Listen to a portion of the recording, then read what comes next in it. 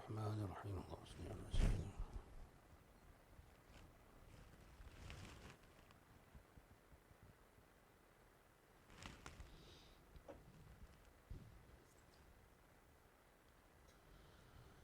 We're on ayah number 11, Surah Al-Saffat, which is Surah 37.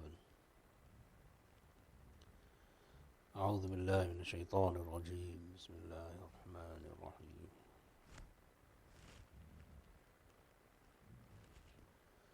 فاستفتهم أهم أشد خلقا أم من خلقنا إنا خلقناهم من طين لازب. So in the first 10 or 11 ayat of this surah, Allah subhanahu wa ta'ala discusses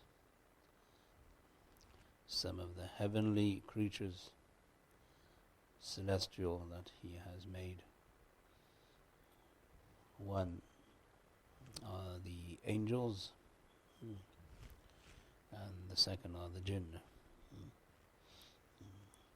The angels are created with a certain amount of ability, very powerful, intellectual, and they rule and govern the affairs in the heavens. And then the shayateen, or the jinn, they're also created. And since they're able to glide and fly and also reside in the heaven, they are also mentioned. Then there's the discussion of how Allah created the heavens, and then how Allah created the stars in the heavens, and then how Allah creates the missiles, the meteorites that propel those who want to eavesdrop into the conversation of the angels. So these are the heavenly and celestial creation that Allah subhanahu wa ta'ala has informed us of. So these are huge creations of Allah, mighty and powerful. Then on the other side there's man. So man being a terrestrial being, from the terrestrial beings, man is perhaps an ordinary creation, created from earth, as this ayah says. So Allah subhanahu wa ta'ala is asking the Prophet ﷺ that in your discussions with the non-Muslim, and especially the Quraysh, and especially as they reject the idea of being created again, that Allah somehow is not capable of recreating man, then Allah is asking the following question: فَاسْتَفْتِهِمْ. So now you ask them, inquire from them, O Muhammad sallallahu alaihi wasallam, أَهُمْ أَشَدُّ خَلْقًا أَمَّنْ خَلَقْنَا. That are they, meaning the Quraysh and the non-Muslims, are they much more severe in creation than that which we have created in the angels and the heavens and the stars, and then also the jinn? Okay, so which one is greater in creation? Is it the human being, or is it the other category of now creation? As far as them, إِنَّا خَلَقْنَاهُمْ مِنْ طِينٍ لَازِبٍ. Indeed, we have created them, meaning man, from mud that sticks, lazib, sticky mud. Right, so here Allah subhanahu wa ta'ala is showing us that there's a stage in human creation where Adam was now in the form of clay, which was sticking and clinging, lazib. So we see now Allah is asking the non-Muslim to compare the various creations of Allah and see where man actually comes in as far as being technical and strong and durable and intelligent and having different types of abilities and so on. So you will see that man is probably right at the bottom of the scale when it comes to actually being created. So here Allah is using this meaning, comparing the various creations, and then asking man to deduce or conclude that it must be much easier for Allah to recreate man than it is to recreate the heavens and the earth, the angels and the jinn. That's the argument there, right? بَلْ عَجِبْتَ وَيَسْخَرُونَ. But you, O Muhammad sallallahu alaihi wasallam, when you think of this, you are amazed while they scoff. When you think of Allah's creation this way, you'll be amazed and you'll say, SubhanAllah, this is wonderful. But when they look at the same data, they laugh. So it's not the data which is the problem, it's the person observing the data. As you know, that empiricism only gets you so far, because it depends how you are going to process the data and then obviously observe it and then doctor it according to your pre-existing belief. So you, O Muhammad sallallahu alaihi wasallam, bal ajibta, since you already love Allah and anything that Allah does, you will love, and they don't love Allah, so anything they see from Allah, they will ridicule. So it's in the mindset, basically. So now you can bring this ayah and this sign in front of them. You will see it as one way, and they will see it as another way. So they will laugh and scorn and cause themselves into derision, whereas you will be singing the praises and the hymns of Allah subhanahu wa ta'ala. وَإِذَا ذُكِّرُوا لَا يَذْكُرُونَ. And when they are reminded, okay, then they are not reminded. They don't take heed. So when Allah shows them evidence and proof and shows them the data and asks them to do something based on their intellectual/rational abilities, they will not use them to come to terms with what is the obvious. They'll somehow misconstrue everything, and they will deduce, and they will conclude something which is outrageous, and so on. So here we see that the first part of this presentation is intellectual/rational, that Allah subhanahu wa ta'ala does not rule out from the mind of the Prophet sallallahu alaihi wasallam a rational approach to trying to establish the right conclusion. And then there's always the physical approach of a mu'jizah. A physical approach of showing them physical signs of Allah subhanahu wa ta'ala's tawheed and of the akhirah. So both types of approaches are mentioned in the Quran. One is the intellectual rational, and the other is the physical. The physical being in the form of the Prophet sallallahu alaihi wasallam himself. وَإِذَا رَأَوْا آيَةً يَسْتَسْخِرُونَ. And when they see an ayah, a sign, a miracle from Allah subhanahu wa ta'ala, they ridicule it, يَسْتَسْخِرُونَ. So the net result is ridicule, and the net result is rejection, denial, refusal to believe in what Allah is showing and what Allah is saying. So in this ayah, the word ayah means a miracle. It means a sign. وَإِذَا رَأَوْا آيَةً يَسْتَسْخِرُونَ.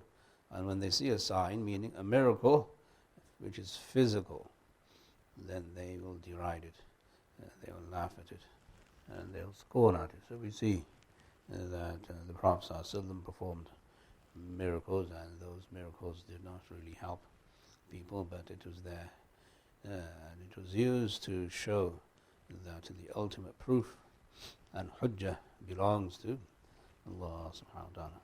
So the first miracle is the Prophet ﷺ himself, that the immense knowledge Allah gave the Prophet ﷺ despite being unlettered, that in itself is a miracle. The personality of the Prophet ﷺ and his characteristics, that's another miracle.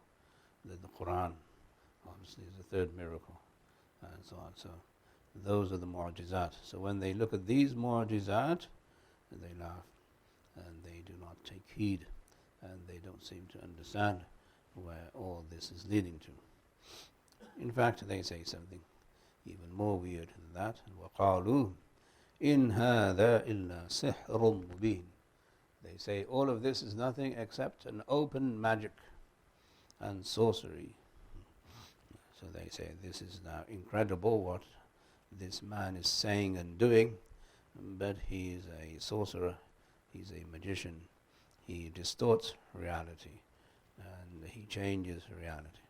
So that's the only thing they could come up with, and Allah subhanahu wa ta'ala is defending the Prophet sallallahu alaihi wasallam and saying that this is what they say, and we know who you are and what you are, etc. So the Quran establishes this premise that when you want to promote and give da'wah, you must promote and give da'wah on both fronts. One is the logical, rational, intellectual, and the other is physical in the sense of your own behavior and your own ability to learn and to know and to understand, and so on. So both methods are supposed to be used. Nowadays, unfortunately, those who don't have knowledge, they want to give da'wah, which is definitely sorcery and magic. وقالوا إن هذا إلا سحر مبين إذا متنا وكنا ترابا وعظاما أئنا لمبعوثون. They say, how to ridicule that, is it that when we die and we become dust and bones, that we will be indeed resurrected? The idea that someone can be recreated from dust and bones is ridiculous for the ordinary person, but now unfortunately the great scientists have proven that you can create from a stem. Even then they reject resurrection. And Allah is proving to you that you can create from one single cell, and you're saying God is not able to create from a number of cells, which is quite pathetic. Right? You don't use one to go to the other. You don't make that transition. You don't say 1 + 1 = 2, you just remain in one.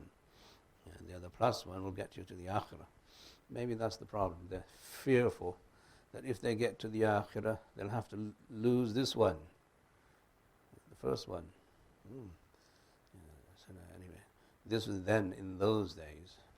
إِذَا كُنَّا تُرَابًا وَعِظَامًا إِذَا مِتْنَا وَكُنَّا تُرَابًا وَعِظَامًا.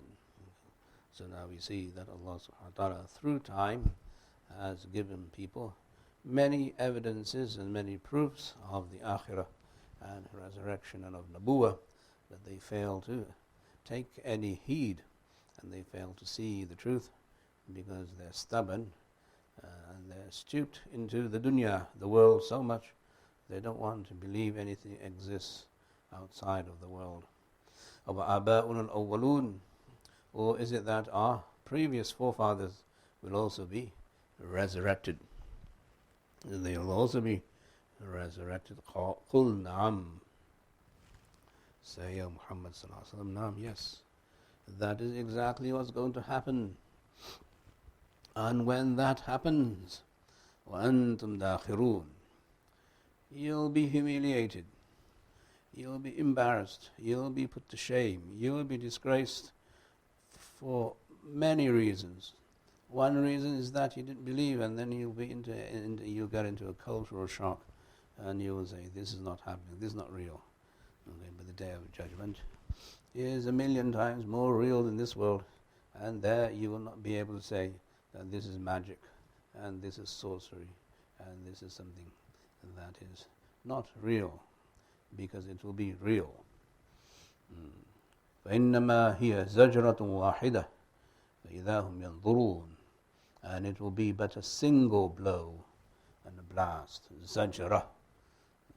the day of judgment, when the trumpet is reblown, then it will be one blast, one sound. فَإِذَا هُمْ يَنظُرُونَ.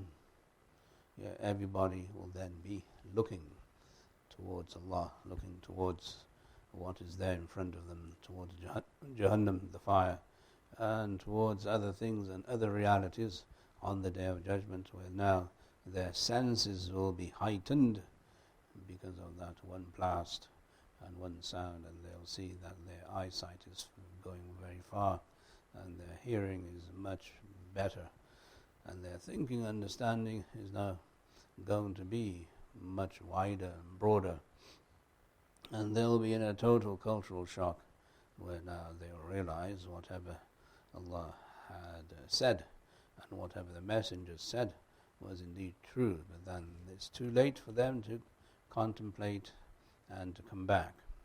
وَقَالُوا يَا وَيْلَنَا هَذَا يَوْمُ الدِّينِ. They will say, oh, woe to us, may we perish.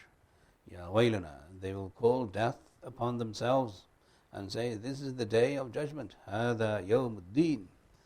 This has now come upon us. Now finally we have been awakened, and our senses now are alive, and we see, we know, we perceive, and we can actually now understand all of this is true, but then it's too late. هَذَا يَوْمُ الْفَصْلِ الَّذِي كُنْتُمْ بِهِ تُكَذِّبُونَ. This is the day of decision and judgment. Fasl means to separate, which means a decision and a verdict. Also because when you give a verdict, you're separating the truth from the falsehood. This is the day of fasl, separation and decision, that which you had denied. You used to deny all of this. Now, in the few years, 60, 70, 80 years that we have on earth, we are supposed to use our mind for everything, and our ability to reflect and to think and to contemplate, and our ability to be grateful and to be honorable and to be patient. All of these abilities and faculties Allah subhanahu wa ta'ala has created us with, all of these should lead us to believing that the creator of the universe is one, and there is a purpose to our lives other than eating and sleeping. Human beings must be able to come to terms with this, so then if a human being doesn't use his mind and emotions to lead him to this, then they will be punished and tormented when they see the Day of Judgment. But then, as I said, it is too late. Yeah. So here in this surah, as in Surah Yasin, the surah before it, there is a tremendous emphasis on man being resurrected, and a tremendous emphasis on life after resurrection, after death and after resurrection, where human beings will now see the difference between life in this world and life in the hereafter, because there's no comparison. One is the 40, 50 years of a dream life. So when we wake up on the Day of Judgment, it will be as if we lived in the world just for a short while, a dream, and a few moments, one day or half a day, as the saying in the Quran goes, قَالَ كَمْ لَبِثْتُمْ فِي الْأَرْضِ عَدَدَ السِّنِينَ. They will say, how long did you live in the world? قَالُوا لَبِثْنَا يَوْمًا. They will say, we lived on earth for a day, or بَعْضَ يَوْمٍ, or perhaps part of a day. So they will realize that life in this world is very, very short-lived. But in this short life, we have to come to the right conclusion. Allah subhanahu wa ta'ala brings barakah into a short life if the submission is to the reality and the truth. But if submission is not to the reality and truth, then that will accompany us on the Day of Judgment. We will be resurrected with the same mind and mindset as we have in this world. We won't change. Right? So you're the same person in the grave, you're the same person on the Day of Judgment. That won't change, because that will be now cheating. Right? If you say, okay, in this world we'll allow you to have this mind, and in the next world we'll allow you to have this mind. There's no changing the grades, and that's called cheating there. Right? So whatever mind you have here is going to be transported into the barzakh, which will be transported into the day of judgment, and that's how you'll be judged and governed. So fasl there, hada yawmul fasl. I'm concentrating on the word fasl, decision. How is this verdict now going to be rendered? So the verdict now, through the system of angels, is that you had your chance, a good life would have been good for you, but you didn't live a good life, so now this is the result, and these are the repercussions of your denial. Yeah. This is why we see now the next ayah talks about dhulm. Yeah. So the punishment does fit the crime. Yeah. So if there's dhulm, injustice, then there has to be some form of retribution, some form of compensation, or even punishment. احشر الذين ظلموا وأزواجهم وما كانوا يعبدون. Resurrect, Allah will say to the angels on that day, resurrect those who did wrong, those who were guilty of injustice and wrongdoing.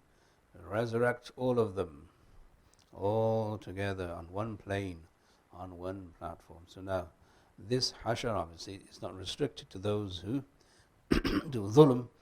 Is just the way of the Quran is saying, for intimidating purposes and for threatening purposes, that when this happens, you will be called out, you will be singled out if you committed injustice. Obviously, injustice is ongoing, and it's perpetual. And so, if you commit a mistake here and there, those will be forgiven if you make tawbah also. But if you're in a perpetual state of injustice, where you do not appropriate your idea about Allah and your idea about human beings properly, that is dhulm, that is injustice. You have a mind, the mind must appropriate the correct understanding of God. And if it doesn't appropriate the correct understanding of God, that is dhulm at a theological level. Yeah, so although it's in you, and it's not going to be necessarily judged, perhaps by the community or society, especially nowadays, but it might be judged in the intellectual plane. Yeah, it might be judged at the moral level also. So those who are unjust and are guilty of wrongdoing, they'll be resurrected, وَأَزْوَاجَهُمْ, along with their co-conspirators, along with their groupings. Yeah. Azwaj refers to those people who committed dhulm likewise, their groups. One meaning of azwaj is what he says, spouses, and the other meaning is groups. Zawj also refers to a group. So here it means the groups. That liars will be resurrected with liars. Okay, and thieves will be resurrected with thieves. And those who commit zina will be resurrected with those who commit zina. And those who are guilty of other crimes and sins, they'll be resurrected with each other. So everybody will be pre-sorted. You go into the post office and the mail is pre-sorted. The human beings will be pre-sorted. وَإِذَا النُّفُوسُ زُوِّجَتْ, when the souls will be grouped together, okay, according to their action and according to their iman. So there'll be فَمِنْكُمْ مُؤْمِنٌ وَمِنْكُمْ كَافِرٌ. One group will be believers and the other group will be non-believers. Then within the believers there will be groupings, and within the non-believers there will be groupings according to their level of amal and the level of sin. So this is all obviously a magnificent spectacle that you can see trillions of human beings all together on one platform, in one plane, and they're organized. Being the day of judgment is going to be organized. It will be chaotic. Human beings will feel the chaos and the confusion, but the angels, they're not chaotic. They're organized, because the surah starts with وَالصَّافَّاتِ صَفًّا, by those angels who are in rows, and they organize. So on the Day of Judgment, angels will organize everybody according to columns, and according to rows, and according to groups, and according to subgroups, and you will see all of this in a flash. There'll be one instant, zajra, there'll be one blast of the trumpet, and all of this will happen instantaneously, and you will see this majestic spectacle that Allah subhanahu wa ta'ala will create for all human beings to see, and then human beings will know where they belong. Well, so this is about how you and where you belong. But all of that, as I said, is through a system of organization which no human being can fathom, nor can they conceive, and nor can they perceive. It's about the akhirah. It's about something that is beyond us, beyond computation, and so on. So there are dzulm and their cohorts, those who are guilty of dzulm, injustice, and those who are with them in the various types of dhulm will be resurrected. Allah will say to the angels, the command Allah gives, uhshuru. Allah is commanding the angels to organize this. So now it's through the command that the angels organize, and they manage, and they distribute, and so on. So they all know who is who. Like today, you can organize your DNA, right? You get to that level of microscopic organization, you can organize your DNA. SubhanAllah, mashallah. So now the angels will be able to organize every sin, every amal, every good deed, this way, this way, this way. Right, so now you can imagine what those types are, and what those groupings are. وَمَا كَانُوا يَعْبُدُونَ, and also whatever they worshipped. Okay? So if they worship the devil will be resurrected with them. If they worshipped false gods and idols, they'll be resurrected with them. And if they worshipped other ideologies, they'll be with them. And if they worshipped human beings, they'll be with them. All instantaneously. It requires understanding maybe a fourth or fifth dimension. You can't do this in the 3D. It's not, because it's a different dimension. You have to add another dimension to the Day of Judgment before you understand this. It's a totally different dimension. Yeah. Right. Min dunillah, besides Allah. Anyone worshipped besides Allah, they will be arranged, and they will be grouped and linked accordingly. فَهْدُوهُمْ إِلَى صِرَاطِ الْجَحِيمِ. Then the Quranic sarcasm comes in. فَهْدُوهُمْ, guide them. But you can't guide people who are misguided. فَهْدُوهُمْ, there's only one way to guide them, is to guide them to hell. So the Quran uses sarcasm. He's saying the divine doesn't use sarcasm. The divine sarcasm, that is best. فَهْدُوهُمْ, guide them. Yeah. So you have to sometimes relax a bit when people use different types of language. Okay, you mustn't be that straight. And there's a dry language. You got to bring some entertainment into the whole discussion. Otherwise, you'll end up dead. فَهْدُوهُمْ, Allah says to the angels, guide them. إِلَى صِرَاطِ الْجَحِيمِ, and the path of Jahannam. Jahannam doesn't have a path, it's just misguidance. So you can see the irony, the sarcasm, the farce in the words of the Quran. So the Quran uses every style that human beings use in order to address issues. Right?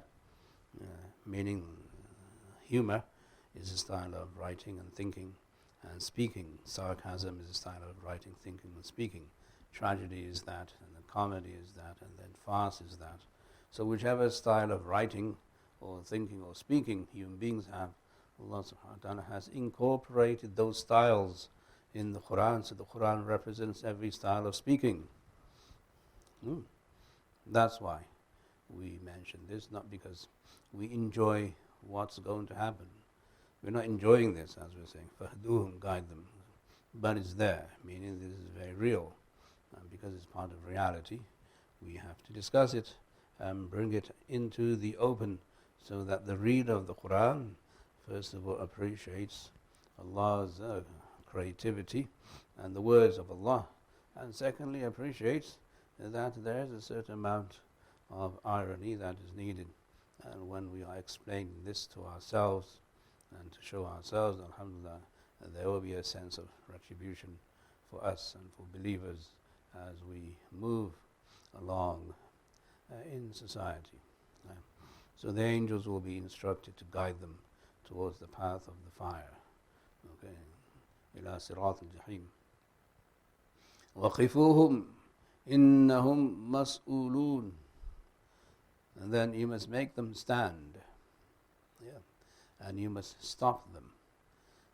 So now, as they are being taken towards the fire and the path of the fire, okay, they will be made to stand there and stand in hisab, and they will be audited, okay, they will be questioned, and they will be interrogated.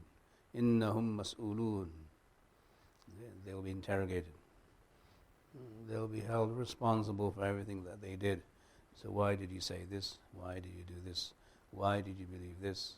And so on. So now that is a formidable task, okay, which takes, as you can imagine, days, weeks or months. How do you go through the life of one human being and ask him all these questions? Can you do that in a minute? Or 1 minute? When people take in prisoners and they interrogate them, how long do they interrogate them for? Weeks, months, years? So this means وَقِفُوهُمْ. Make sure they stand.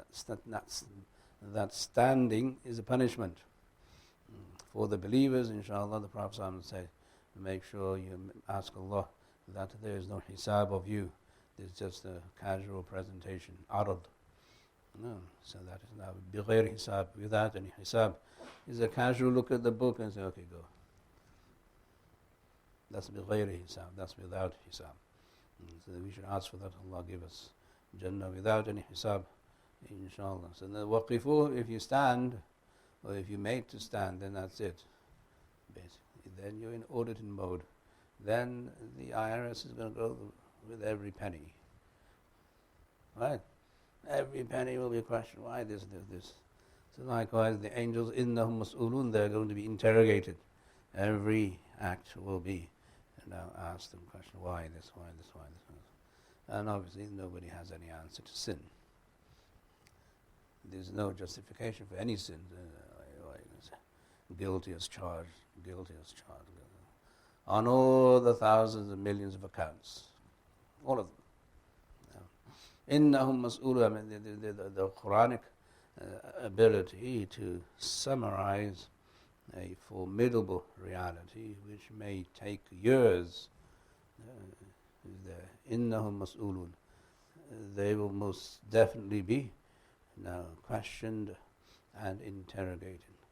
Summarize everything, encapsulates that whole process, where it's supposed to be obviously mind-boggling and very frightening. It's a frightening proposition that the angels stop you and question you, because it's a long life. And now your 60-80 years will seem like eternity. Right?